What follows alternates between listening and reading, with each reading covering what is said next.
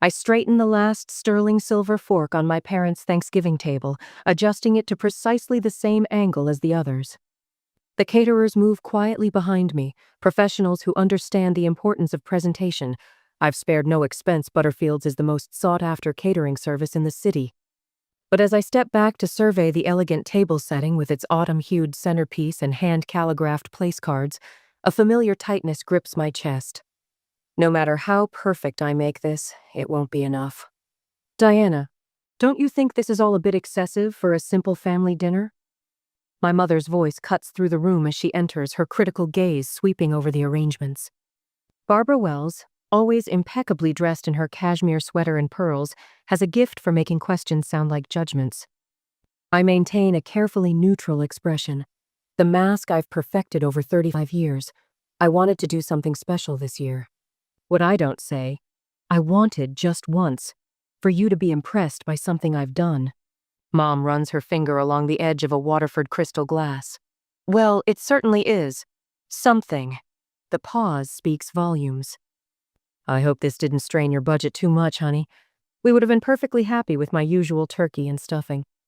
I bite back the truth that threatens to spill out, that this dinner, which would indeed strain most people's budgets, represents less than a day's income for me. That Authentique, my little antique shop as they dismissively call it, authenticated a Fabergé egg last month for a 7-figure commission. That the modest monthly deposits I've been making into their account for the past 3 years have quietly paid off their mortgage. Instead, I adjust a napkin and say, "It's my treat, Mom. Don't worry about it." The doorbell chimes, saving me from further questioning. My father's heavy footsteps cross the foyer, followed by an excited exclamation, "There's my girl!" Melissa has arrived fashionably late, as always. I move to the kitchen doorway and watch as my younger sister sweeps in, bringing a whirlwind of expensive perfume and dramatic gestures. At 28, Melissa still carries herself with the entitled confidence of the favored child. My parents beam at her as she shrugs off her designer coat. "Sorry I'm late," she announces, not sounding sorry at all. Traffic was a nightmare. Dad places his hands on her shoulders, his face glowing with pride. "Did you tell them about the interview?" Melissa tosses her perfectly highlighted hair. "Not yet, Dad. I literally just walked in." "My brilliant girl has an interview with Caldwell Partners next week," he announces, turning to make sure I've heard. "Senior marketing position. Very competitive." "That's wonderful," I say automatically, the words hollow but expected. Mom clasps her hands together. "We always knew you'd do great things, sweetheart." I slip away, unnoticed, to check on an important auction closing today. My laptop sits on the side table in Dad's study, screen displaying the authentication platform I've built from nothing. $8.6 million in company assets. A pending contract worth $290,000. Quarterly revenue of $3.5 million. Numbers that would shock them into silence if they knew. I refresh the page, confirming our winning bid on a rare Art Deco diamond bracelet, then close the auction window. As I start to shut the laptop, my phone buzzes with a message from my assistant. I step into the hallway to respond, giving detailed instructions for the piece's secure transport. When I return, the laptop is still open, but something feels off. I scan the room, noticing nothing obviously disturbed, yet the prickle at the back of my neck persists. "Dinner's ready," Mom calls from the dining room. I close the laptop and rejoin my family, finding Melissa already seated in what has always been my spot at the table. She's scrolling through her phone, a strange expression on her face, something calculating in her eyes that makes my stomach tighten. "Everything okay?" I ask, as I take the seat across from her. "Just fine," she says, putting her phone down with deliberate care. Her smile doesn't reach her eyes. Dad raises his glass once we're all seated. "To family," he toasts, "and to my beautiful daughters, especially Melissa, on the cusp of her big break." I lift my glass automatically, but before I can take a sip, Melissa clears her throat. "Actually," she says, her voice cutting through the moment, "I think Diana might be the one with something to celebrate." She slides her phone across the table, screen displaying a photo of my laptop. My financial records. My company assets. "So when were you going to tell us about your millions?" The silence that follows is absolute. A fork clatters against fine china as Mom's hand goes limp. Dad's face darkens to a dangerous red as he stares at the screen, then at me. "This can't be true," Mom whispers, her voice tight with accusation. "How long have you been hiding this from us?" I sit frozen, watching as the carefully constructed wall between my real life and my family life crumbles completely. "All this time," Dad says, his voice rising, "we've worked hard our whole lives, and you sat on millions without helping us?"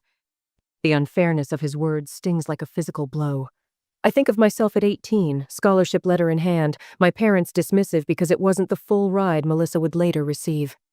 The 3 jobs I worked while putting myself through college, the graduation they missed because Melissa had a dance recital. The years of building my company while they patronizingly asked when I'd find a real career. "Diana owes us an explanation," Melissa says, her voice trembling with perfectly practiced indignation. "And honestly, some help. I have $85,000 in student loans from my MBA. The same MBA our parents encouraged her to pursue while telling me my art history degree was impractical. Something shifts inside me, a lifetime of accommodating, explaining, diminishing myself to keep the peace suddenly crystallizes into something hard and sharp and clear. "I've been sending you $2,500 every month for the past 3 years, I say quietly, looking directly at my parents. Their stunned expressions would be comical if they weren't so painful. And I don't owe anyone in this family anything. The scrape of my chair against hardwood floor sounds unnaturally loud as I stand. With deliberate calm, I gather my belongings sparse, phone, car keys feeling strangely light as I walk toward the door, leaving the untouched meal behind. I close the door with quiet finality, the sound of my family erupting into chaos fading as I step into the cool November air, free at last. My phone glows in the darkness of my apartment, the harsh blue light illuminating the silence I've wrapped around myself like a shield. It's been 48 hours since I walked out of my parents' house, leaving behind a Thanksgiving dinner that cost more than their monthly mortgage payment, a payment I've been quietly making for years. I tap the screen. 45 missed calls. 123 unread text messages, all from the same 3 people. How could you let your parents struggle all these years? We're family. Family shares, don't be so selfish. I need help with my loans, Diana. You owe me this. I set the phone face down on my coffee table, the cedar surface cool beneath my fingertips. The irony doesn't escape me. For years, I've craved their attention, worked for their approval, longed for them to see me. Now that they've discovered what I'm worth in dollars, they suddenly can't stop reaching out. Funny how being ignored feels preferable now. My fingers hover over the block button. Not yet. Some small, wounded part of me still hopes for an apology, an acknowledgement, anything that suggests they value me beyond my bank account. The phone vibrates again, skittering across the polished wood. This time, it's not a text but a notification from Facebook. Reluctantly, I open it, then wish I hadn't. Melissa's post sits at the top of my feed, already gathering likes and comments like flies on honey. So disappointing when your own sister is secretly rich but lets her family struggle. Some people forget where they came from. The comments pour in beneath it. "That's terrible. Family should come first." I always thought Diana seemed stuck up. Rich people are so greedy these days. My cousin Angela, who hasn't spoken to me in 5 years. She never even helped when Mom needed surgery. I never knew about any surgery. No one told me. I close the app, but the damage is already seeping through my carefully constructed walls. My company email pings with a new message, then another, and another. "Hello, Diana, this is your Uncle Steve. I didn't know how else to reach you. Diana, it's Aunt Patricia. We're having some financial difficulties with Jason's college tuition. I know we haven't spoken in years, but I've always thought of you as family."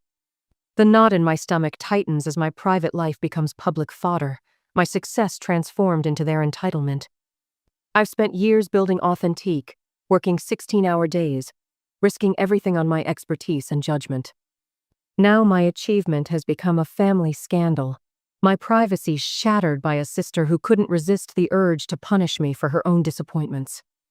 My phone rings. Grandma Margaret's name lights up the screen. I hesitate.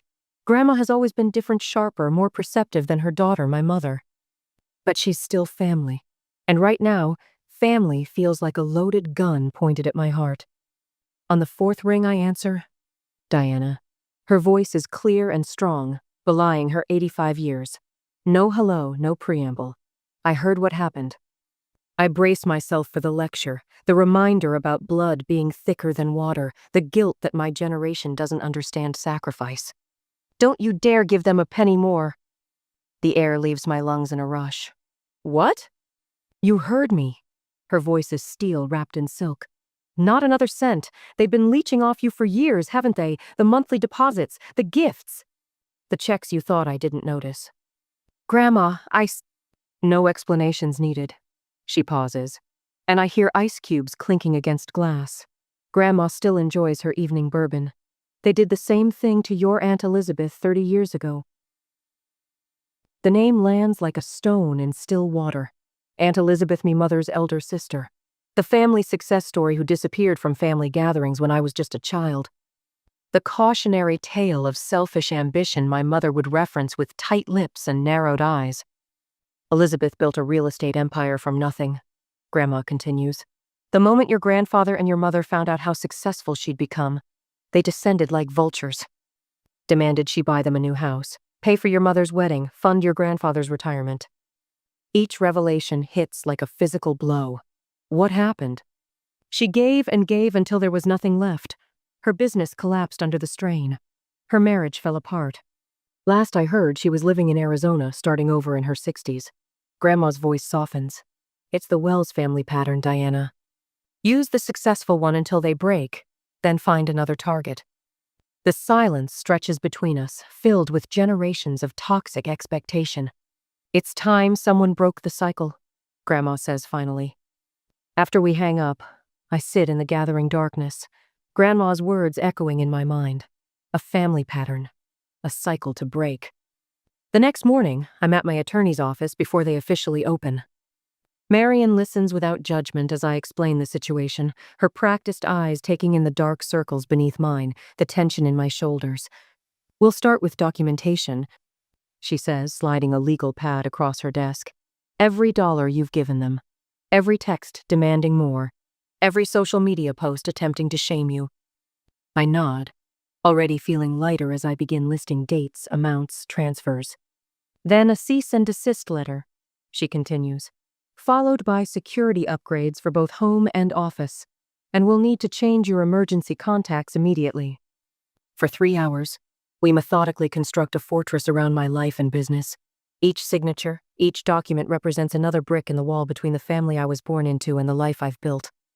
When I leave Marion's office, the winter sun feels brighter somehow. I take out my phone and, with 3 decisive taps, block their numbers. The silence that follows isn't empty, it's peaceful. For the first time in years, I can hear myself think. Monday mornings at Authentique always carry a sense of purpose. I step through the glass doors of our office building, the familiar weight of my leather portfolio in hand, mind already cycling through the day's appointments. The subtle scent of fresh flowers fills our reception area white orchids, my signature touch for our clients who appreciate the finer details.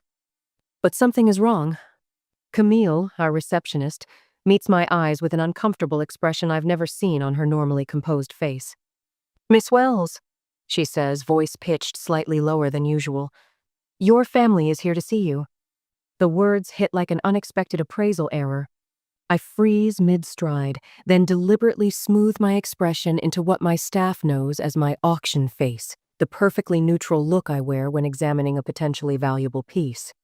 They're here. After a week of digital siege, the calls, the texts, the social media campaign, they've brought the battle to my territory. And there they sit in my reception area. Barbara with her perfectly coiffed silver blonde hair and cashmere cardigan. Richard, ramrod straight in his navy blazer, jaw clenched tight. And Melissa, designer handbag clutched in white-knuckled hands, eyes darting around my office as if tallying its worth. The whispers from the authentication team down the hall reach my ears. This is exactly what I've dreaded, my carefully separated worlds colliding in spectacular fashion. I straighten my spine and approach them. This is unexpected, I say, my voice steady and professional. I'm in the middle of a workday.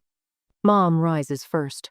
We wouldn't have had to come here if you'd answered our calls, she says, the accusation thinly veiled as explanation. Dad stands next. We need to talk, Diana, privately. I'm acutely aware of my team watching this unfold. The family drama I've worked so hard to keep contained is now center stage in the business I've built from nothing. Conference room 3 is available, I say after a moment, gesturing down the hallway. The glass-walled room offers the illusion of privacy while ensuring this won't escalate unseen. 20 minutes, that's all I can spare. They follow me through the office, past the climate-controlled authentication stations where my team examines priceless pieces, past the wall displaying our industry certifications and awards. I watch their eyes widen at the obvious success surrounding them. This is my domain, built by my hands, my knowledge, my persistence. The conference room door closes behind us with a soft click. The space is elegant but functional polished walnut table, ergonomic chairs, discreet technology. Through the glass walls, I can see my assistant hovering nearby, concern evident on her face. I give her a slight nod to indicate I'm fine. Before I can speak, Melissa slides a document across the table. The header reads, Wells Family Trust. We've had financial advisors help us draft this, she says, voice trembling with what might sound like emotion to someone who hasn't watched her perform since childhood dance recitals. It's very reasonable. I don't touch the document. What exactly is this? Mom leans forward, hands clasped together. Diana, honey, we're your family. We deserve to share in your success. After everything we sacrificed for you, Dad adds, his voice carrying that familiar tone of authority that once made me shrink inside myself. The words echo in my head, unlocking a flood of memories I've carefully compartmentalized. Me at 18, proudly holding my scholarship letter at the kitchen table, Mom barely glancing at it before asking if I'd help prepare dinner. The 3 jobs I juggled through college while they paid for Melissa's private university without question. My college graduation ceremony empty seats where my parents should have been because Melissa had a dance showcase the same weekend. When did you ever sacrifice for me? The question escapes before I can contain it, my voice unnervingly calm. Name one thing. The silence that follows is heavy with shock. Barbara's perfectly lined lips part slightly. Richard's face flushes. That's absurd, Mom finally manages. We gave you everything. You didn't even come to my college graduation. The words hang in the air between us. Dad shifts uncomfortably, but his expression quickly hardens. We couldn't be everywhere at once, he says dismissively. And look at you now, clearly you didn't need us there. I built this company while you told everyone I worked at some little antique shop, I continue, each word precise and measured. You've never once asked about my business. Not once in 7 years. We didn't want to pry, Mom says weakly. No, you didn't want to know, I correct her. Because as long as you didn't acknowledge my success, you didn't have to compare it to Melissa's. Melissa's carefully constructed tears begin right on cue. That's so unfair. You've always been jealous of me. I feel a strange calm settling over me, the kind that comes with absolute clarity. I've been supporting you both financially for years, I say, looking directly at my parents. $2,500 every month for 3 years. Barbara's hand flies to her throat. Those deposits, we thought they were from your father's pension adjustment. They weren't, and that support ends today. Richard's face darkens to a dangerous red. He rises from his chair, knuckles pressed against the polished conference table. We're entitled to a share of your company. The word entitled reverberates through me. It's the perfect distillation of everything wrong between us, the expectation that my success is somehow their possession, that my achievements exist to serve their needs. I reach for the intercom button with deliberate calm. Elaine, would you please ask security to come to conference room 3? You would throw your own parents out? Mom gasps, shock transforming her features. I meet her eyes directly. You stopped being parents to me long ago. The silence that follows is absolute. Even Melissa's theatrical sobs quiet as the reality of the situation sinks in. The door opens, and 2 members of our building security team enter, James and Marcus, both consummate professionals who handle our high-value transfers. They stand quietly, waiting for instruction. These people need to be escorted from the building, I say, my voice steady. They are not to be admitted again without my express permission. Dad's face contorts with rage. You ungrateful! Mr. Wells, James interrupts with respectful firmness. Please come with us. As they gather their belongings, Mom clutching her purse like a shield, Dad seething with barely contained fury, Melissa turns to deliver her parting shot. "This isn't over," she hisses, eyes narrowed. I watch them being led through my office, past my employees who quickly pretend to be absorbed in their work. The glass doors close behind them, and I remain standing in the conference room, the rejected Wells family trust document still lying on the table. "Yes, it is," I whisper to myself, the words carrying the weight of finality. When I step back into the main office area, my team studiously avoids making eye contact. Only Elaine approaches, concern evident in her expression. "Everything okay, Miss Wells?" I straighten my shoulders, feeling lighter than I have in years. "Schedule the senior team for a meeting at 2. We have the Harriman authentication to finalize." As I walk to my office, I feel the subtle shift in the atmosphere, a new respect mingled with curiosity. They've witnessed something rare. Diana Wells drawing a line that cannot be crossed. I close my office door and take a moment to breathe. In the polished surface of my desk, I catch my reflection, shoulders back, head high, eyes clear. For the first time in my life, I've chosen my own worth over their approval. And it feels like freedom. I study the weight of the fountain pen in my Handan antique Mont Blanc with a flawless 18K gold nib. It's the pen I use for authenticating the most valuable pieces in my collection. Today, it seems fitting that I use it to authenticate my freedom. "Take your time, Diana." Martin Abernathy's voice is steady, professional. At 62, he's been practicing family law for longer than I've been alive. His office smells of leather-bound books and lemon polish, a fortress of calculated calm. The legal documents spread before me represent weeks of meticulous preparation, formal cessation of financial support, documented history of all previous transfers, legal protection from harassment and defamation. Each page crisp black text against pristine white, the language precise and unambiguous. Once you sign these, it establishes clear legal boundaries. Martin explains, his finger tapping gently on the signature line. "Your family will have no grounds to demand financial support or involvement with your business assets." I nod, then press the pen to paper.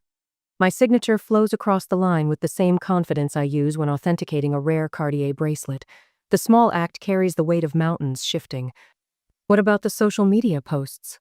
I ask, thinking of Melissa's increasingly desperate public campaign. Martin's expression remains neutral, but his eyes sharpen. "We've documented everything. Should they continue after receiving these papers, we have grounds for a restraining order." I sign the final document, feeling a curious lightness spread through my chest. It reminds me of the day I received my first major authentication commission, the same sense that something fundamental has shifted. "What most clients find," Martin says as he collects the papers, "is that toxic family members often respond to legal boundaries by shifting tactics." "What do you mean?" He offers a smile that holds the wisdom of hundreds of similar cases. When demands don't work, they often turn to narrative control. The story will change from "she owes us" to "we never wanted her money anyway." I almost laugh at the accuracy of his prediction. By the time I return to my apartment, it's already begun. The email from my second cousin Deborah arrives as I'm repainting my home office. I've chosen a serene sage green to replace the beige my mother once insisted was the only professional color for a workspace. The paint roller glides smoothly across the wall, each stroke erasing another memory of compromise. "Diana, I'm concerned about your parents. They're devastated that you've cut them off completely. They say they never wanted your money, just a relationship with their daughter. Your mother is telling everyone at church how they sacrificed everything for your education." My phone buzzes with a text notification from Uncle Stephen, my father's brother. "Your father says he's praying for your redemption. What's gotten into you?" I set down the roller carefully on its tray, then wash my hands before responding to either message. The calculated pause isn't about formulating a defense, it's about honoring my own process. The old Diana would have frantically explained, justified, apologized. At my laptop, I open the simple spreadsheet I've maintained for years. Row after row of financial transfers, $2,500 on the first of every month for 36 consecutive months. The down payment for their roof repair, $14,800. My father's medical bills, $9,732. Melissa's car after her accident, $32,000. All meticulously documented, organized, indisputable. I could forward this spreadsheet to every relative currently entertaining my family's revised history. I could post screenshots on social media to counter Melissa's tearful claims of abandonment. The evidence sits at my fingertips, ready to be weaponized. Instead, I close the file without sending it. I compose a single, measured response to Deborah. I understand they're upset. I've made my decision after careful consideration of our family dynamics over many years. I wish them well, but I need this boundary. To Uncle Stephen simply, I'm doing what's best for my well-being after much reflection. My phone rings almost immediately. The screen displays Aunt Elizabeth, my father's sister who moved across the country 25 years ago after what the family always called her nervous breakdown. Diana, it's Elizabeth. Her voice sounds different than I remember, stronger, more centered. Margaret told me what's happening with Richard and Barbara. Grandma called you? The paintbrush I'm cleaning nearly slips from my hand. She did, and I need to tell you something. There's a pause then. They did the same thing to me when I received my inheritance from Grandpa Wells. I sink into my desk chair, paint-speckled fingers gripping the phone tighter. What? The demands. The public shaming. Telling everyone I was selfish and unnatural for not sharing with family. Her words come faster now. 3 decades of contained truth-finding release. I didn't have your courage. I gave them nearly half before I realized they would never stop asking. Something clicks into place, the reason this poised, intelligent woman has remained a family mystery, present only in occasional holiday cards and brief visits. Is that why you moved to Oregon? 3,000 miles of necessary distance. There's a smile in her voice now. Diana, I'm calling because I want you to know that what you're doing isn't just right for you, it's breaking a pattern that's hurt this family for generations. After we hang up, I stand in my half-painted office, breathing in the fresh scent of new beginnings. On my desk sits a legal document confirming receipt of the cease and desist letters by all 3 family members. The notification light on my phone has finally stopped blinking. The constant barrage of messages has ceased the digital equivalent of held breath. They've received the papers. They know this isn't a temporary emotional response they can wait out. I return to my painting, completing the wall with long, deliberate strokes. Tomorrow, I'll take down the family photos that have hung in uncomfortable obligation. The frames are beautiful antiques. I'll repurpose them for photography from my recent trip to Prague. For the first time in 35 years, I feel truly seen not by my parents, who never could see me clearly but by myself. In the quiet stillness of my apartment, I recognize that their power existed only in my desperate hope for their approval. The next morning, I wake with purpose. I remove each family photo from the walls, feeling the weight of obligation lift with every frame I take down. These beautiful antique frames, some Edwardian, one genuine Art Nouveau, deserve better than to house memories of forced smiles and hollow celebrations. I lay them carefully on my dining table, wiping away the fine layer of dust. Next come the obligatory birthday gifts, the scarf my mother gave me, to add some color to your drab wardrobe, the business card holder from my father engraved with the wrong middle initial.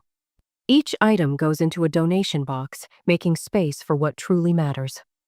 By afternoon, I've rearranged the furniture, positioning my reading chair to face the eastern window where morning light streams in rather than against the wall, as my mother had insisted looked more appropriate. I unpacked the Turkish rug I purchased in Istanbul, but kept in storage because it wouldn't match the family aesthetic if they visited. As the last stroke of paint completes the transformation of my walls, I understand that freedom isn't found in dramatic gestures or public vindication. It's found in the dignity of truth, held close and honored, and in the quiet power of creating a space that finally, completely belongs to me alone. Morning light streams through the floor-to-ceiling windows of Authentique's expanded offices, bathing the conference room in a warm glow that catches on the polished mahogany table. I straighten my notes, feeling the weight of the vintage watch on my wrist grate, grandmother's only heirloom I've kept close. The Bergman collection authentication yielded a 17% increase in fourth-quarter revenue, I tell the board members seated around me.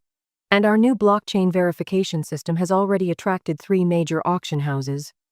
Thomas Whitehill, my longest-serving board member, leans forward. Remarkable growth, Diana, especially considering the personal challenges of the past 6 months. I meet his gaze steadily. My personal and professional lives operate in different spheres now, Thomas, to everyone's benefit. The unspoken acknowledgement passes between us show I've transformed since cutting ties with my family. No more late-night panic calls from Mom about their mortgage payment.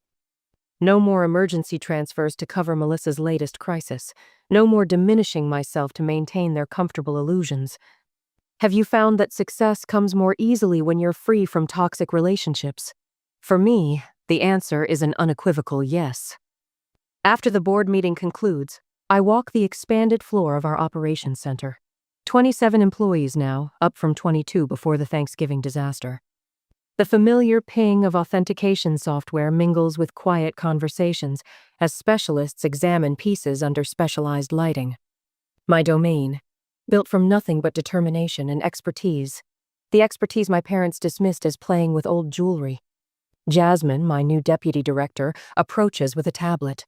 The Margaret Wells Scholarship Committee needs final approval on the application criteria. I smile at the name Grandma's maiden name, preserved in this new legacy. I've made some adjustments. I take the tablet, making several quick notes. I want to specifically target first-generation college students who demonstrate exceptional merit but lack financial support, like I once was. And I've doubled the funding for the first 5 years. Jasmine raises an eyebrow. That's exceptionally generous. It's necessary, I reply simply, handing back the tablet. Some cycles need decisive breaking.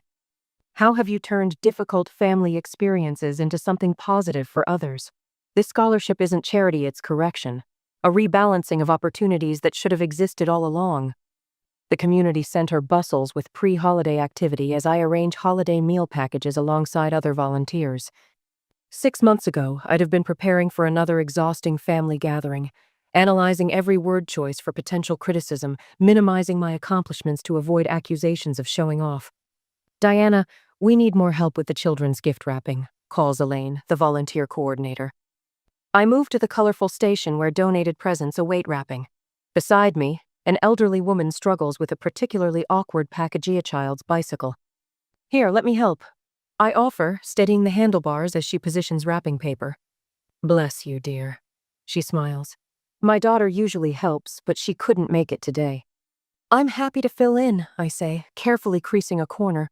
And where's your family today? The question would have stung 6 months ago.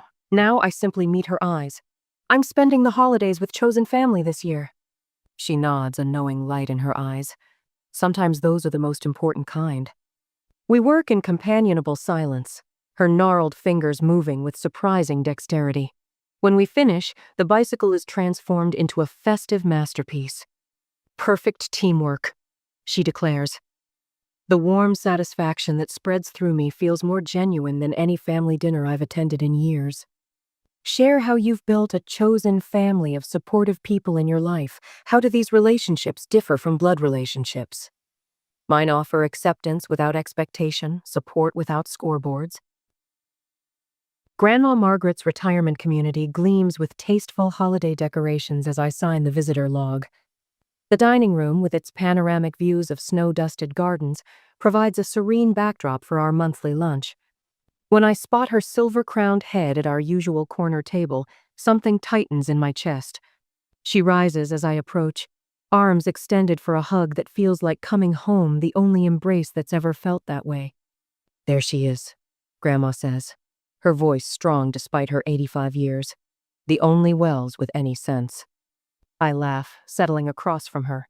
How are you feeling? The new medication working? Don't fuss, she waves dismissively. I've outlived 2 husbands and most of my friends. I'll outlive these pills too. Our server brings Grandma's usual Earl Grey and cucumber sandwiches and my green tea. So, she says after the server leaves, leaning forward with conspiratorial energy, Barbara called last week. My stomach tightens slightly, but it's a distant reaction now, more habit than distress. And? Oh, the usual performance. They're telling everyone you've abandoned the family. Grandma's eyes, sharp as ever, study my reaction. Richard's spinning some tale about you having a nervous breakdown from work pressure. 6 months ago, these words would have sent me spiraling into defensive explanations. Now I simply raise an eyebrow. Creative. Melissa's engaged. apparently. To some investment banker who hasn't figured out there's no trust fund waiting. I sip my tea. Let them tell their stories. I'm writing my own now. Grandma's smile crinkles the corners of her eyes. Finally, someone in this family understands the value of hard work and clear boundaries. She reaches into her embroidered handbag. Which reminds me. She places a small velvet box on the table, pushing it toward me. Inside, I find a delicate gold locket engraved with intricate flowers. When I open it, there's a tiny black and white photo of a young woman with familiar, determined eyes. My mother, Grandma explains. Your great-grandmother Elizabeth, the original family rebel. She taps the locket. She left her controlling parents to become a teacher when women were expected to simply marry well. Started over with nothing but determination. You never told me this story, I say, tracing the engraving with my fingertip. Some family history is worth preserving, Grandma says. Just not the toxic parts. What parts of your family legacy do you choose to preserve? And which parts have you decided to leave behind? The question lingers as I clasp the locket around my neck, feeling its weight against my collarbone. I have something for you, too. I slide an envelope across the table. I hope you don't mind that I used your maiden name. Grandma opens the envelope, unfolding the Scholarship Foundation documents. Her hands tremble slightly as she reads. The Margaret Wells Scholarship for First-Generation College Students. Her voice catches. Diana. The first recipients will be selected next fall, I explain. I thought, maybe you'd like to help choose them. She reaches across the table, her weathered hand covering mine. I would be honored. After a moment, she straightens, composure returning. Now, about our trip to Europe this spring, I've been researching those jewelry museums you mentioned in Vienna. As we plan our journey, I realize I'm finally building the family legacy I've always wanted, one based on genuine connection rather than obligation, on mutual respect rather than manipulation. The foundation I've created isn't just financial, it's the solid ground of self-worth I've fought to establish.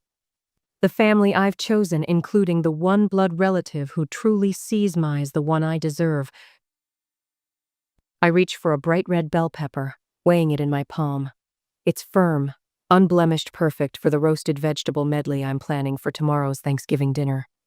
Around me, the market bursts with color-vibrant orange pumpkins, deep purple eggplants, and forest green kale, creating a harvest palette that delights my senses.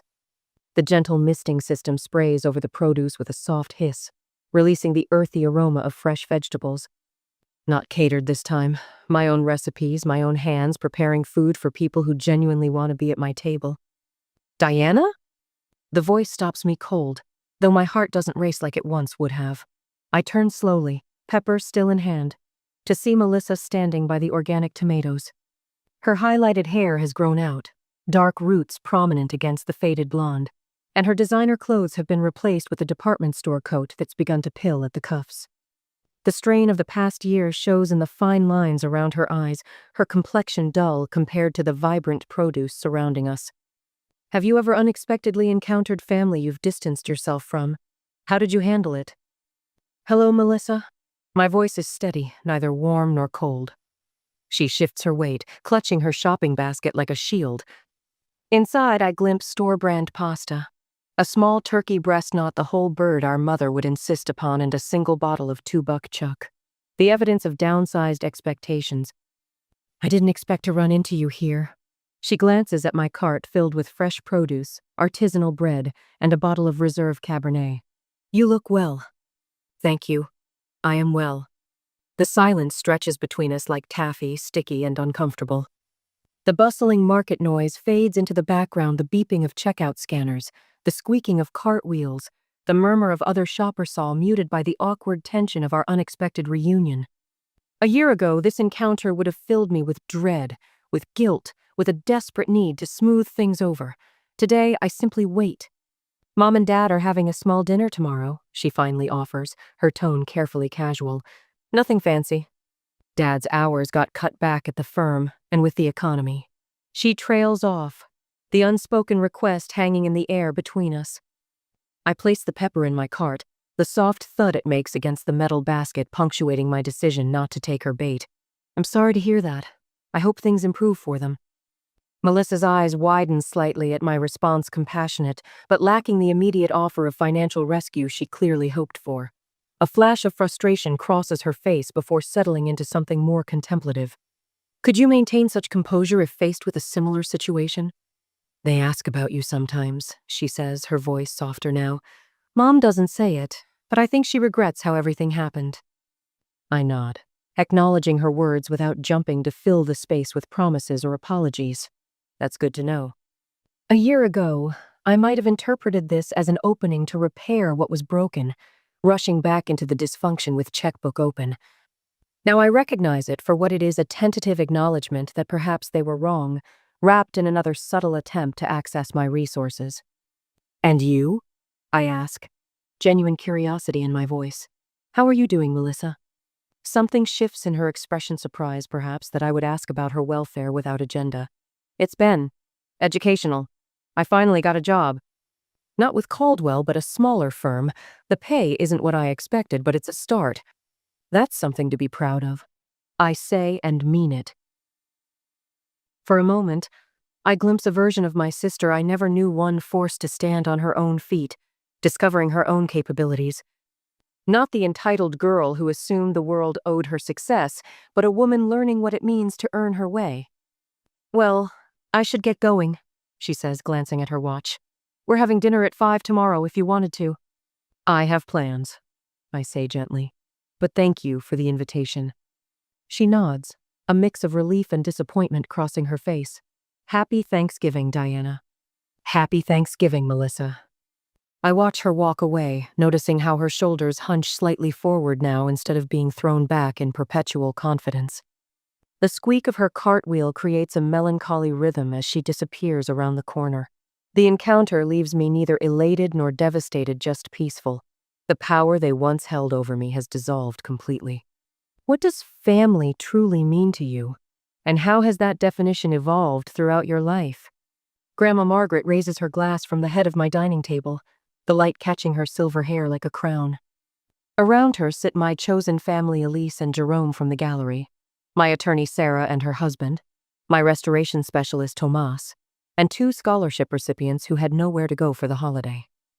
The room glows with amber light from vintage brass candelabras, casting a warm radiance over plates of steaming food. The rich aroma of herbs and butter fills the air, rosemary, sage, thyme mingling with the scent of mulled cider simmering on the stove. Soft jazz plays in the background, a gentle counterpoint to the animated conversations. To the family we choose, Grandma declares, her eyes finding mine across arrangements of golden chrysanthemums and flickering candles. To the family we choose, we echo, the warm chorus of voices blending in harmony, glasses clinking with a crystalline music that speaks of celebration and genuine connection. As conversations bloom around the tableart history debates, gentle teasing, genuine interest in each other's lives, I take a moment to absorb it all. The tactile pleasure of the linen napkin in my lap, the weight of my great-grandmother's silver in my hand, the embracing comfort of being surrounded by people who choose to be here, with me, exactly as I am. Laughter erupts at something Jerome said, the sound so different from the tense, measured responses at my parents' table a year ago. This laughter is full-bodied and real, rising and falling like music, unrestrained by judgment or competition. Share how you've created meaningful traditions with the people who truly support you. What makes these special? Sometimes the greatest gift we can give ourselves is the courage to write our own story. Mine is still unfolding, each page more authentic than the last. And for the first time in my life, I can't wait to see what comes next. I stand alone in the bridal suite at Willamette Valley Vineyard, staring at my reflection in the full-length mirror. My wedding dress fits perfectly, every seam and crystal exactly where it should be. The makeup artist outdid herself. My eyes look wider, my cheekbones more defined, my lips the perfect shade of rose. The white roses in my bouquet rest on the vanity, waiting. I check my phone for the 14th time in 20 minutes. No messages from Mom, nothing from Dad, not even a text from Logan. A soft knock at the door breaks the silence. Martha, the wedding planner, pokes her head in, her practiced smile barely hiding her concern. It's time, Caroline. Are you ready? My eyes drift to the window overlooking the ceremony space. 90 guests are seated in neat white chairs. The string quartet plays softly. Probablys and poddities haft. And in the front row, 3 empty seats stare back at me like accusations. They're not coming, are they? My voice trembles despite my best efforts. Martha's smile falters. There's still time, she says, but we both know it's a lie. I take a deep breath and smooth the silk of my gown. Let's go. The doors to the garden open, and 90 heads turn to watch me walk alone down the aisle. I feel their sympathetic gazes like physical touches, little pats of pity that make my skin crawl. Some whisper behind cupped hands. Others offer encouraging smiles that only make the hollow feeling in my chest expand. My focus narrows to Ethan waiting at the altar, his eyes steady on mine. The love radiating from him is almost enough to push away the memory of my mother's voice 3 days ago. We'll try, sweetie. Logan's firm has an event that weekend. Mom's dismissive tone had cut through the phone like she was declining a casual lunch invitation, not her only daughter's wedding. I can pay for the flights, I'd offered, desperation clawing at my throat. The hotel, anything. Please, Mom. In the background, Dad's voice had drifted through. Tell her we're busy. Now, placing one foot in front of the other, I force myself to breathe. In, out. One step, another step. I will not cry. I will not give them the satisfaction, even in their absence. When I reach Ethan, he takes my hands in his. His fingers are warm, solid, real. I'm here, he whispers, too low for anyone else to hear. We're enough. For a moment, I'm 8 years old again, standing in our living room while Mom and Dad fuss over Logan's debate trophy. They position it carefully on the mantle, step back to admire it from different angles, take photos to send to relatives. My art contest certificate sits forgotten in a kitchen drawer. I'd shown it to them earlier that day, pride bubbling up, as I explained how the teacher said I had exceptional talent.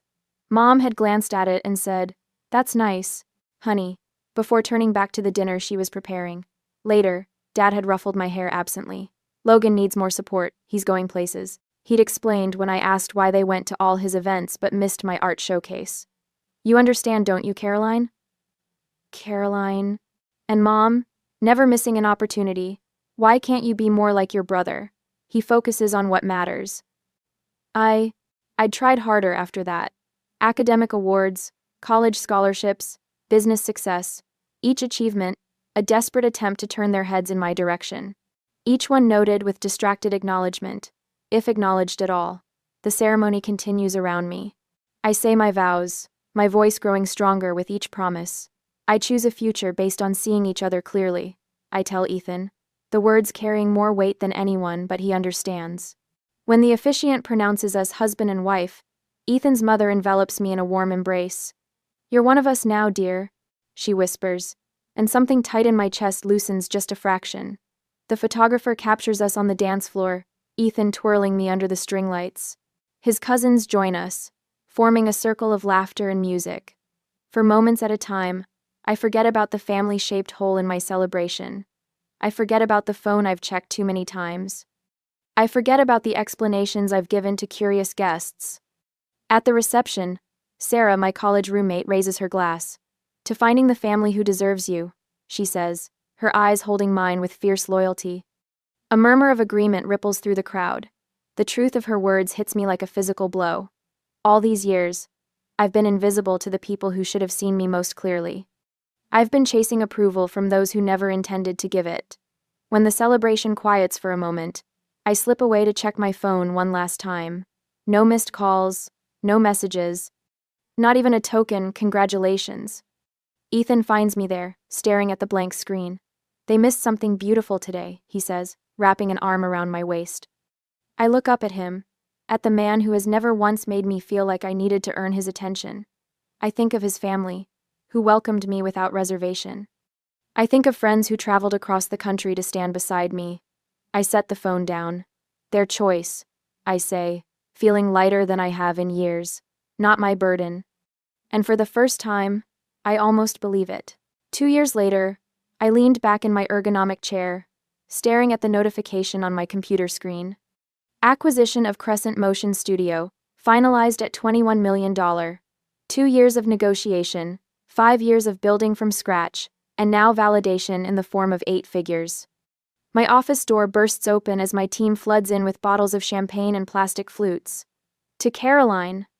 Jen, my creative director, raises her glass. The woman who built something from nothing while certain people weren't looking. I smile, clinking glasses with the 12 people who actually showed up for me, unlike my family. We're celebrating when my phone buzzes. A notification from Instagram Logan posting about his twins' private school fundraiser. I shouldn't look. I do anyway. There they are. Mom and Dad flanking Logan and his wife Hannah, their identical daughters in matching plaid uniforms. The caption reads, "Family tradition continues. Third generation at Westridge Academy." Dad's arm is draped around Logan's shoulder, Mom beaming at her granddaughters. I swipe through more photos. Logan's family vacation to Hawaii last month. The holiday gathering I wasn't invited to. Dad's retirement party. In each one, they look like the perfect American family minus one daughter. What's more telling than the photos is what they represent. The vacation rental in Maui costs at least $5,000 per week. Westridge Academy runs $30,000 per year per child. Logan's house in the background of several shots sits in a neighborhood where nothing sells for under $2 million. All funded by my parents' retirement savings and family investments. According to the gossip from distant cousins who occasionally remember I exist. Caroline? Jen touches my arm. We lost you for a minute. I lock my phone screen. Just checking messages. Where were we? The celebration continues around me, but I'm mentally calculating. Logan's law firm is moderately successful, but nowhere near the level that would support his lifestyle. My parents have been quietly propping him up for years, depleting their retirement to maintain his image. Meanwhile, my $21 million acquisition doesn't warrant so much as a text message. After the team leaves, I scroll through my parents' social media. Hundreds of posts about Logan's accomplishments, the twins' milestones, family gatherings.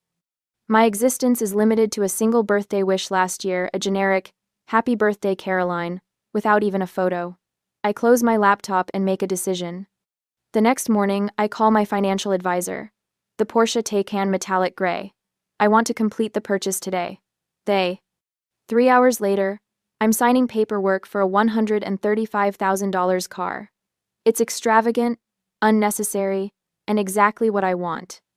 Not because I need my family's approval, but because I never needed their money. Back home, I take a single photo of the car in my driveway, the afternoon sun gleaming off its metallic finish. I post it to Instagram with a simple caption, "Dreams realized." For 3 days, nothing. Then on Wednesday afternoon, my phone lights up with a name I haven't seen in 5 years, Mom calling. My stomach tightens as I answer. "Hello?" Caroline.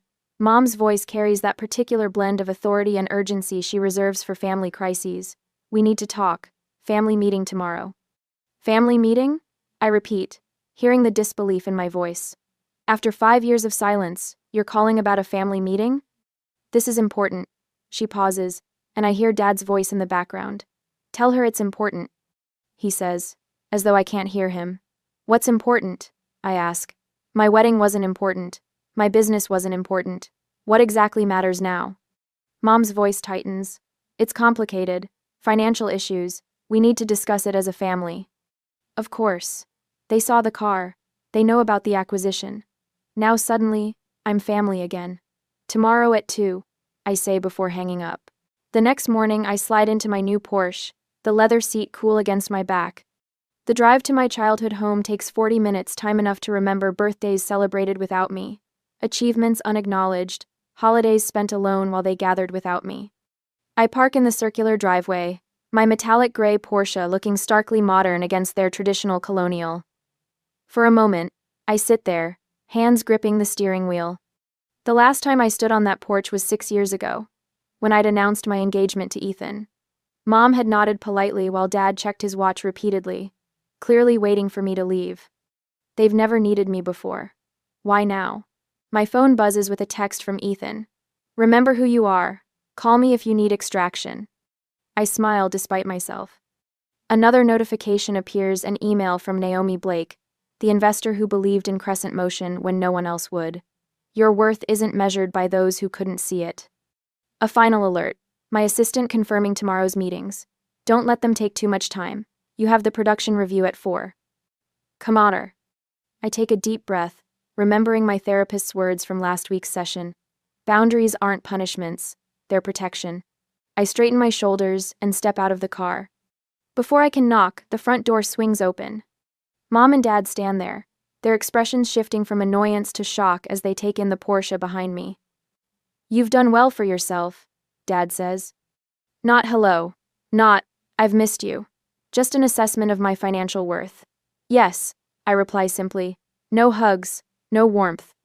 They lead me to the dining room table where Logan and Hannah already sit, their faces a study in calculated concern. "Caroline." Logan nods, as though we spoke last week instead of 5 years ago. "Let's get straight to business," Dad says, pulling out financial folders.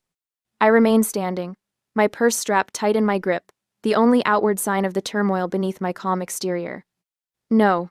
First, I'd like to know why I'm suddenly important enough to include in family discussions after being excluded from everything else for years."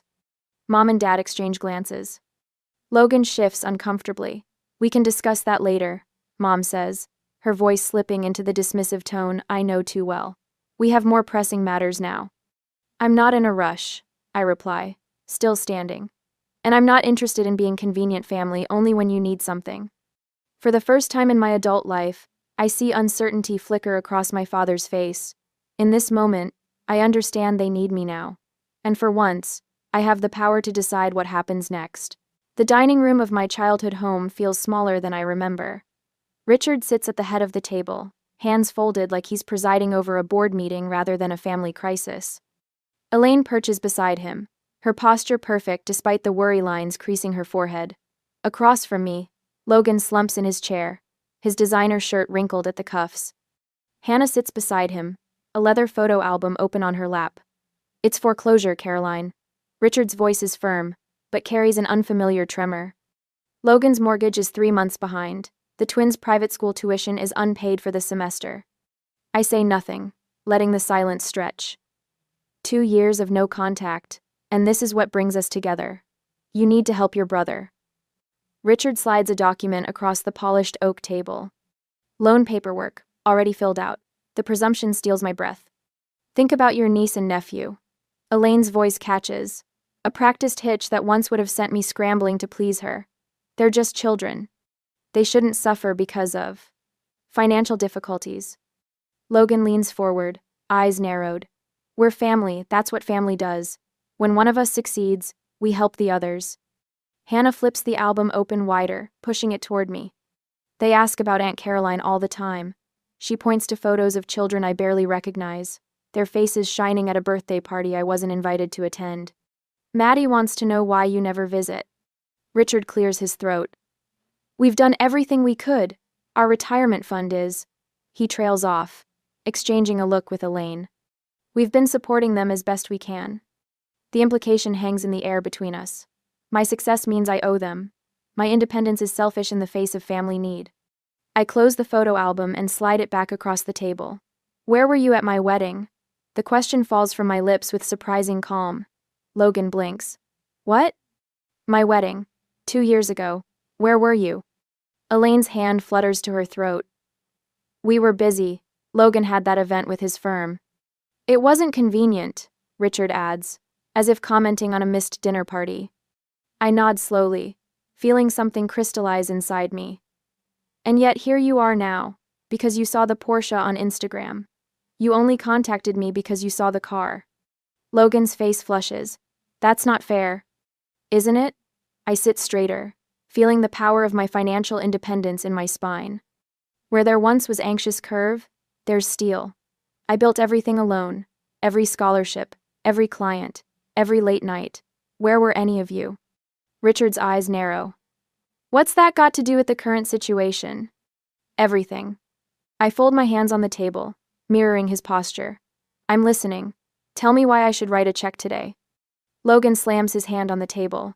"You always had to prove something. Always showing off how smart you were, how creative, how special. Some of us were just trying to live normal lives." Richard's hand settles on Logan's shoulder. "Your brother had more potential. We had to nurture that. You were always so independent." "We're still your parents," Elaine whispers, tears gathering in her eyes. "Despite everything." "You were parents in title only." My voice remains steady, surprising even myself. You missed my high school graduation. You missed my college scholarship ceremony. You missed the launch of my company. You missed my wedding. I tapped the table with each missed milestone. You missed my life. And now you want to share in what that life has built. Caroline, Richard starts. You didn't build this success. I continue. You don't get to share it. My phone vibrates in my pocket. I glance down to see Ethan's message. You okay? Meeting running long. Inner asso. The sight of his name brings back Naomi Blake's words when she invested in my startup. You don't need approval from anyone who can't see your light. I think of my team at Crescent Motion. Their faces shining as we toasted the acquisition. People who chose to see me, to support me, to believe in what I could build. In my briefcase rests the contract for the foundation funding, signed by the board last Tuesday.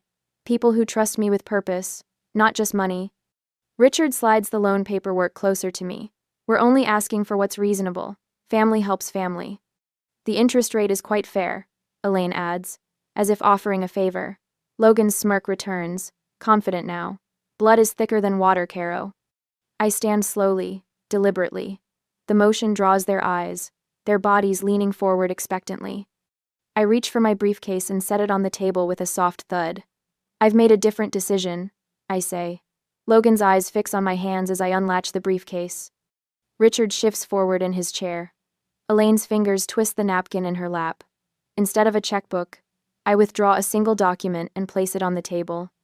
This is the announcement for the Rivera Media Scholarship Foundation. $16 million to create opportunities for young women in digital media arts. I smooth the paper with my fingertips. The press release goes out tomorrow morning. 16 million? Logan chokes out the number. Named after Miss Rivera, my high school media arts teacher.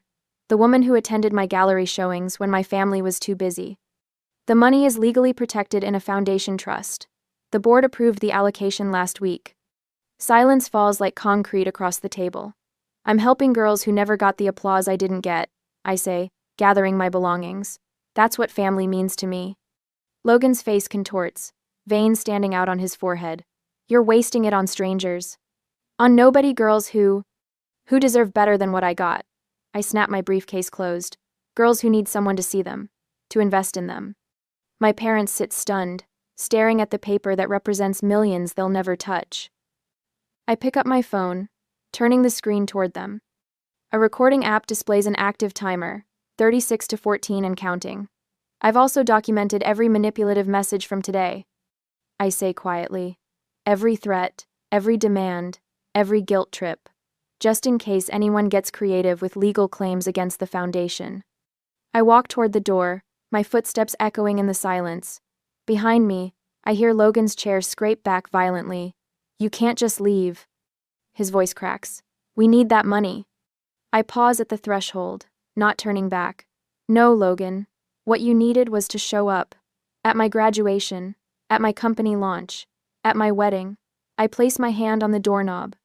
But that opportunity has passed. The door closes behind me with a soft click that sounds like freedom. The Porsche purrs beneath me as I drive away from my childhood home, my knuckles no longer white on the steering wheel. The further I get, the steadier my hands become. I press the call button on my dashboard. It's done, I tell Ethan when he answers. They showed exactly who they are. 3. How bad was it? His voice fills the car, concern wrapped around each word. Exactly what we expected. I take a deep breath, feeling lighter than I have in hours. Logan lost his mind when I showed him the foundation paperwork. Dad tried to salvage the situation, but Mom just kept crying about family obligation. Are you okay? A fair question. I glance at myself in the rearview mirror, surprised to find no tears, no flush of embarrassment, only a clear-eyed woman looking back. I'm better than okay. For the first time, I saw them clearly, without hoping for something different. I'm proud of you, Ethan says. Remember, Foundation Board meeting at 9 tomorrow morning. Everything's ready for the press announcement. The timing had been deliberate. Establish the foundation legally, before any family confrontation. Schedule the announcement before they could regroup.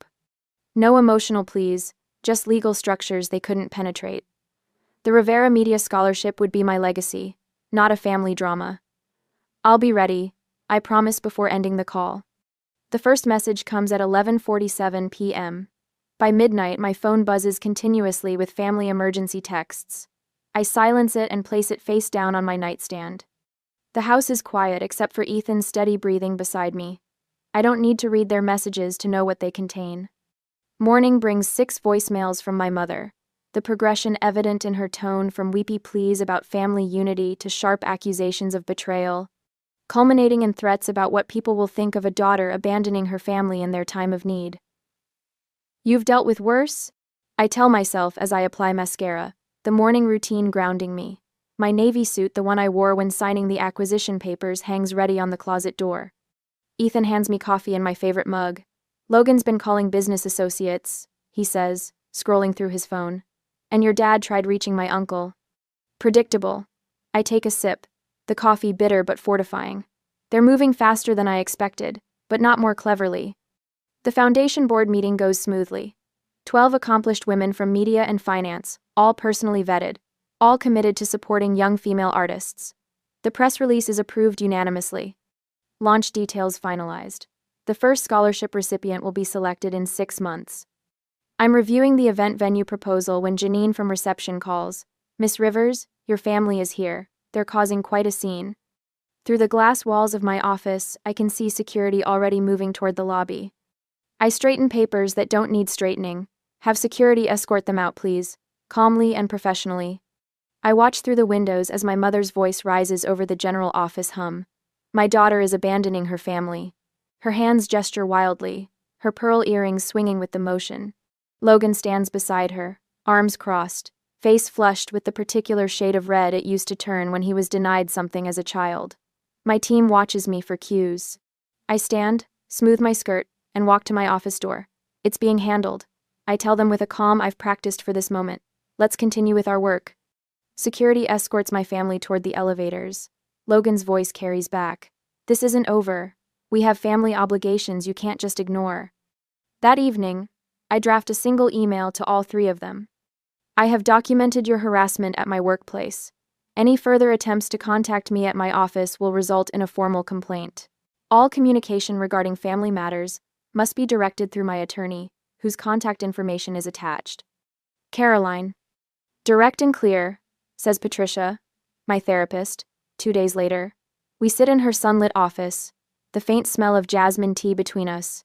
"How did it feel sending that?" "Necessary." I trace the pattern on the armchair. "Not satisfying." "Exactly. More like setting a boundary," she offers. "Yes." I look up at her. "They're showing who they've always been, aren't they?" "People tend to reveal themselves under pressure," Patricia says. "What you're seeing now isn't new behavior, just intensified." The realization washes over me, simple but profound. I wanted their love, but they wanted my resources. That's an important distinction. All those years, my voice trails off as connections form. The childhood neglect, the absent parents, the way they appeared only when I had something to offer. It wasn't my job to earn their love. It was their job to give it freely. Cly. And now? Now I know I'm not responsible for fixing them, I say, feeling the truth of it settle in my bones. There's freedom in that. The next morning brings news that Logan has contacted the Portland Chronicle about a family dispute. The reporter, smarter than Logan anticipated, asked why none of them attended my wedding. The resulting story paints a picture Logan hadn't intended of parents absent during milestones suddenly interested when money appeared. My mother's social media rant generates an unexpected wave of support for me. Former classmates, business associates, even distant relatives reach out with messages of solidarity. "We always wondered why they never talked about your success," writes a cousin I haven't seen in years. Richard's attempts to contact my investors fizzle when they refuse to discuss a personal matter. The community rallies around the Scholarship Foundation instead, with applications already pouring in months before the official launch. The Portland Business Journal requests an interview about the foundation. I agree. Setting clear parameters, we'll discuss the scholarship's purpose and impact, not family matters. The reporter, Delia Warren, meets me at the foundation's temporary office space. "This is an impressive initiative," she says, reviewing the prospectus. $16 million is substantial seed funding. What inspired such generosity? I consider my words carefully. I had a teacher who saw potential in me when others didn't. Miss Rivera changed my life by simply paying attention. I want to create that opportunity for young women who might otherwise be overlooked. You've built an impressive career, Delia notes. Crescent Motion's acquisition was one of the biggest tech stories last year. Is your family proud? The question hangs between us. I could dodge it, redirect to safer territory. Instead, I meet her eyes directly. My success was built without family support. They weren't at my wedding, my graduation, or when I sold my company. Delia's pen pauses. That provides interesting context for the Foundation's mission. Later that week, the article appears with the headline, "Self-made success creates legacy of support." The contrast between my generosity and my family's entitlement becomes public narrative.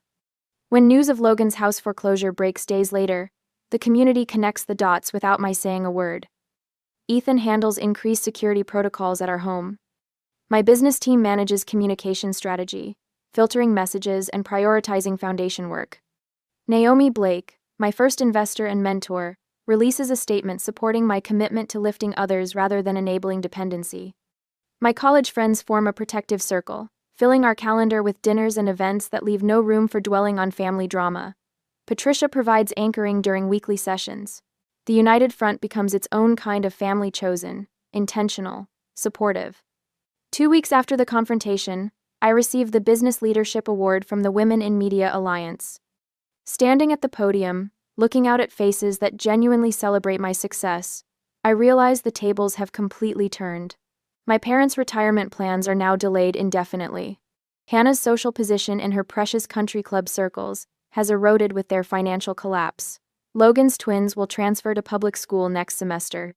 Meanwhile, the foundation thrives, generating positive coverage that spreads beyond Portland. The story resonates not because I sought revenge, but because I chose to transform pain into purpose. The scholarship committee has selected 3 finalists for the first award. Janine tells me, placing the portfolios on my desk, they'd like your input by Friday. I open the first file and begin reviewing the work of a young woman whose teacher noticed her talent when no one else did. The circle completes itself, healing through action rather than looking backward. Family defined by what it does, not what it claims to be. For the first time in my life, I feel truly seen. In weeks to follow, I deleted the 4th voicemail from Aunt Meredith without listening past her plea of, "Everyone misses you, Caroline." The Thanksgiving invitation sits in my email inbox. Its subject line, "Family needs to be together," a transparent attempt at manipulation. My phone chimes with a text from my cousin Drew. "I don't understand this rift between you and Uncle Richard. Can't you just talk to them?" Of course he doesn't understand.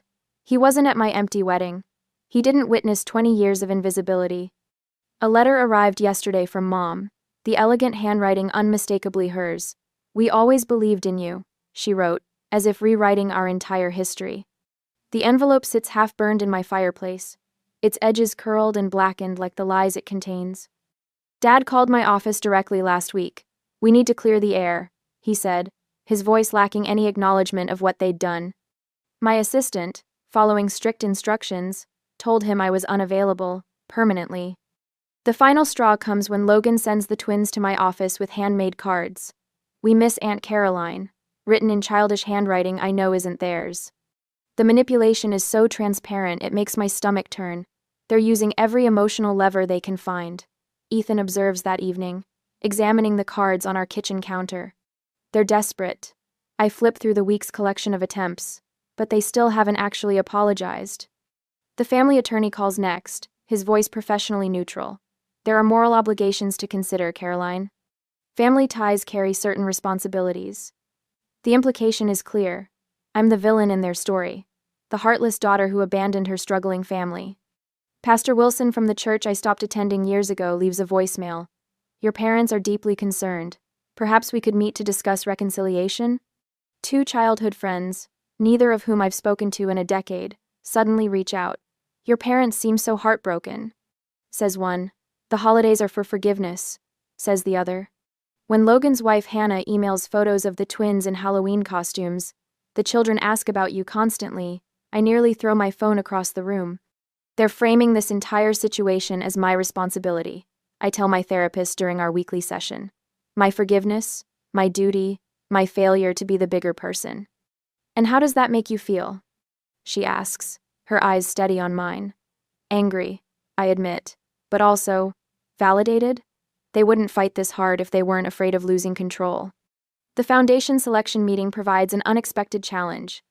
The committee recommends a scholarship for Maya Harrison, a 17-year-old filmmaker whose application video shows remarkable talent and painful familiarity.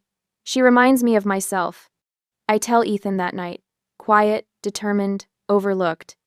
I watch her interview video again. Maya's eyes hold the same wariness I see in my own wedding photos. She talks about finding her voice through filmmaking when her family couldn't hear her. What if I'm wrong to cut them off completely? The question slips out before I can stop it. Ethan sits beside me on the couch. What brought this on? Maya, if I'm telling these girls to find their strength, am I modeling that by running away from my family? Is setting boundaries running away? Ethan asks. I consider this. No, boundaries aren't abandonment. What would you tell Maya if her family treated her like yours treated you? The answer comes easily. I'd tell her she deserves people who see her worth. The Thursday before Thanksgiving, I host dinner at our home. The dining room table extends to accommodate everyone. Ethan beside me, Naomi across from us, my business team scattered between. Maya sits at the opposite end, her scholarship certificate framed on the sideboard behind her. Our home glows with warmth my parents' house never had. Candles flicker in silver holders, laughter rings against the ceiling. No one here needs to prove their worth to be seen. I raise my glass. To those who see us as we are. The toast echoes around the table. My phone stays off, notifications silenced. The meal unfolds in perfect rhythm, conversations flowing without the undercurrent of judgment I grew up with. Over dessert, I announce the Foundation's new mentorship program. I'll be personally involved with each recipient, I explain. We're creating connections that matter. Maya's eyes widen. You'll be mentoring us yourself? Every step of the way. I smile at her. This foundation isn't just about money. It's about building something meaningful together. Naomi nods approvingly. You've created structures that can't be interfered with. The foundation's independence is legally secured. I confirm. Its success will be measured by impact, not approval. Later, as we clear plates, Ethan turns on the local news. Right on schedule, the feature about the foundation airs strategically timed to coincide with my family's traditional dinner hour. On screen, I speak with confidence I've earned. We build family through action, not obligation. The report transitions to financial analysis, contrasting the foundation's transparent governance with examples of mismanagement, including a not-so-subtle reference to Logan's business failures. Maya watches, transfixed. They're actually comparing your brother's company to the foundation? Facts speak for themselves. I stack dessert plates with steady hands. The community has validated what my family refused to see. The following morning, my parents request a meeting at a coffee shop downtown. I arrive in the Porsche, the car that triggered their sudden interest after years of silence. Dad looks older than I remember, defeat etched into lines around his mouth. We should have been there, he admits, staring at his untouched coffee. At the wedding? I ask, though I know that's not all he means. Everywhere. His voice cracks. All those years. Mom's eyes shimmer with tears. How can we fix this? The question hangs between us. 3 months ago, I might have grabbed at this opening, desperate for any acknowledgement. Now I feel only calm clarity. Some things can't be fixed, I tell them. Only accepted. Mom flinches. I'm not closing the door forever, I continue.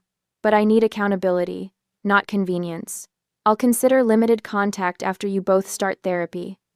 That's unnecessary, Dad begins, the old dismissiveness rising. It's non-negotiable. I sip my tea, the warmth spreading through my chest like certainty. They exchange glances, the silent communication of people who never expected consequences for their choices. Logan's financial collapse has stripped away their illusions of his superiority. My success exists beyond their reach. The foundation thrives independent of their approval. When they leave, no agreements have been made, no concessions offered. I watch them walk to their car, a sensible sedan now, the luxury vehicles long gone. I drive away without looking back, freedom replacing obligation in every beat of my heart. The foundation awaits. Maya's project needs review. My chosen family expects me for dinner. For the first time, I'm moving towards something instead of away from someone, and that makes all the difference. I stand in the sunlit studio of the Crescent Foundation, watching Maya adjust her camera settings.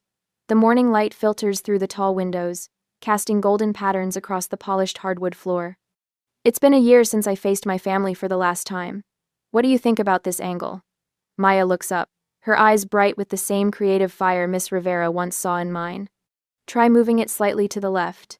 Catch how the light falls across the subject. My voice carries the confidence of a mentor now, not the desperate plea of a daughter seeking approval. On the wall behind Maya, photos document our scholarship recipients' projects, stories they never could have told without the Foundation's support. Each frame represents a voice that might have been silenced, just as mine nearly was. My office here replaced the childhood bedroom, where I once dreamed of being seen. Every element from the ergonomic chair to the awards, displayed without apology on floating shelves I chose deliberately. Nothing inherited, nothing tainted by obligation or guilt. I've finished the final cut of my documentary, Maya says, straightening up. Would you watch it with me? We move to the editing bay where her project plays on the high-definition monitor. The documentary follows 3 generations of women in a rural Oregon family, their struggles and resiliences beautifully captured through Maya's lens. Watching her work, I feel a swell of pride entirely different from anything I've known before. This isn't about me. It's about what she's created, what she'll continue to create. When the final credits roll, Maya turns to me, tears brightening her eyes. You're the reason I believe I can do this, she says, wrapping her arms around me in a spontaneous hug. I think of Miss Rivera, how she recognized something in me when my own parents couldn't be bothered, how her belief sustained me through years of family indifference. Now the cycle continues, not of neglect, but of genuine support. Later that week, I stand at the podium of the Portland Arts Center, accepting a Community Leadership Award. The audience applauds, a sea of faces turn toward me with appreciation, not pity. Ethan sits in the front row, beaming with unrestrained pride. There are no empty seats causing me pain tonight. No phantom family members I wish were here. Every person in this room sees me, truly sees me for who I am. Thank you, I begin, my voice steady. This journey began in invisibility and has led to impact. For years, I measured my worth by the approval I couldn't earn from people who refused to give it. I pause, let my gaze sweep across the room. Now I measure it by what we build together. The standing ovation washes over me like a cleansing wave. My therapist calls it post-traumatic growth, this strange peace I've found after accepting that some wounds never fully heal. I maintain careful boundaries with extended family. Holiday gatherings now center around chosen family, celebrations filled with genuine joy rather than dread. Ethan and I have established our own traditions. Naomi's retirement party at the Foundation last month brought together the circles of support that lifted me when blood ties failed. The emergency fund for students facing financial hardship, my latest project, ensures that talent isn't crushed by circumstance. I understand now what these young women need because I lived without it: unconditional belief in their potential. Driving home through Portland in my Porsche, I pass the coffee shop where I once edited videos on a borrowed laptop. Through the window, I catch a glimpse of my parents walking on the sidewalk. Our eyes meet briefly. I don't stop. There's no pain in this moment, only peaceful acknowledgement. They taught me what love isn't. Ethan and my work taught me what it is. Tomorrow, Maya sets up for her next project. I'll be there, camera in hand, showing her techniques I've mastered over years of making myself visible. Family isn't who raises you, it's who lifts you.